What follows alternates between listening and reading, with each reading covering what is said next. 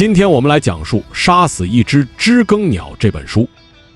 这部著作是美国作家哈珀·李于1960年出版的小说，故事以大萧条时期美国南方为背景，通过小女孩斯科特的视角，揭露了种族不公与偏见，歌颂了正义与良知。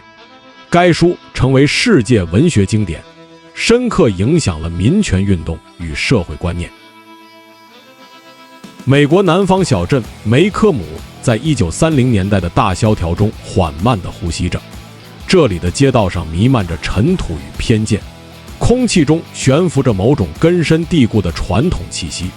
在这个被时光遗忘的角落里，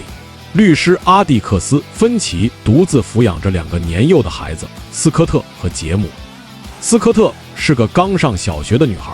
习惯了穿着背带裤在街上奔跑，对世界的理解还停留在非黑即白的简单划分。他的哥哥杰姆比他年长4岁，正处在急于证明自己已经长大的年纪。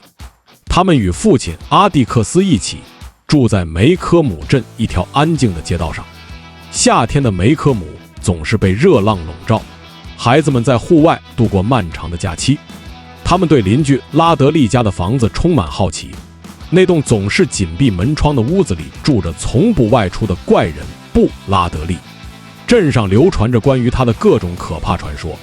孩子们既害怕又好奇，常常在屋子周围逡巡，试图窥探那个神秘世界的蛛丝马迹。与此同时，阿蒂克斯接手了一起引起全镇轰动的案件，他被指定为黑人汤姆·鲁滨逊辩护。这个年轻人被指控强奸了白人女子梅耶拉·尤厄尔。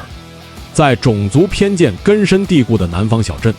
这个消息像一颗投入平静水面的石子，激起了层层涟漪。斯科特和杰姆在学校里听到同学们对他们父亲的议论，那些带着轻蔑和不解的目光让他们第一次意识到世界的复杂。阿蒂克斯教导孩子们不要轻易评判他人，除非他们穿着那个人的鞋子走上1英里。他告诉他们，杀死知更鸟是一种罪过，因为他们除了为人们唱歌外，从不做任何坏事。庭审的日子终于到来，法庭里挤满了梅科姆的居民。阿蒂克斯在辩护中逐渐揭示出真相。梅耶拉·尤厄尔主动接近汤姆，被父亲鲍勃·尤厄尔发现后，为了掩盖自己的过错，诬告汤姆强奸。尽管证据明显偏向汤姆无罪，但陪审团依然判定这个黑人有罪。汤姆在试图越狱时被击毙，这个结局让杰姆对正义的信念产生了动摇。他开始质疑父亲一直教导他的那些原则是否真的存在于这个充满偏见的世界。鲍勃·尤厄尔因在法庭上丢尽颜面而对阿蒂克斯怀恨在心。某个深夜，当斯科特和杰姆从学校的万圣节晚会回家时，尤厄尔在黑暗中袭击了他们。杰姆在搏斗中手臂骨折，斯科特被沉重的演出服装困住，在黑暗中无助地挣扎。就在这危急时刻，一个神秘的身影出现，从尤厄尔手中救下了孩子们。当斯科特被护送回家后，他惊讶地发现，这位救命恩人正是他们一直害怕又好奇的邻居怪人布拉德利。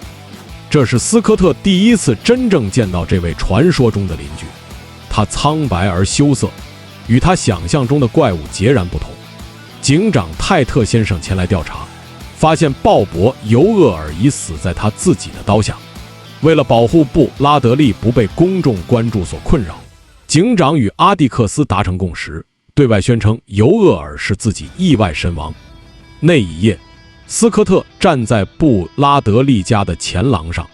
从他视角回望自己家的房子。他终于理解了阿蒂克斯曾经说过的话，除非你站在别人的角度考虑问题，否则你永远不会真正理解一个人。阿蒂克斯坐在杰姆的床边，守着他受伤的儿子。斯科特注意到，父亲的目光中既有担忧，也有某种坚定的信念。他依然相信，尽管这个世界存在着不公与偏见，但人们内心深处的善良终将指引他们走向光明。斯科特在那一夜之间长大了许多，他明白了勇气不是在手中握着一把枪，而是在明知会失败的情况下依然坚持做正确的事。他也懂得了，有些人就像知更鸟一样纯洁无害，却常常成为偏见与仇恨的牺牲品。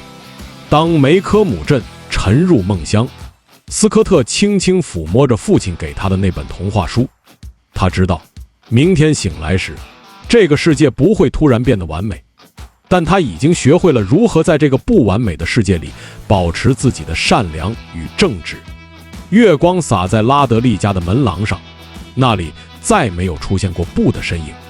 但斯科特知道，在这个看似普通的小镇上，存在着许多不为人知的故事，每个故事都在诉说着人性的复杂与生命的尊严。就像那只永远不该被伤害的知更鸟，有些人只是安静地生活在自己的世界里，为这个世界献上他们独特的歌声。而真正的罪过，是那些充耳不闻，甚至想要扼杀这歌声的人犯下的。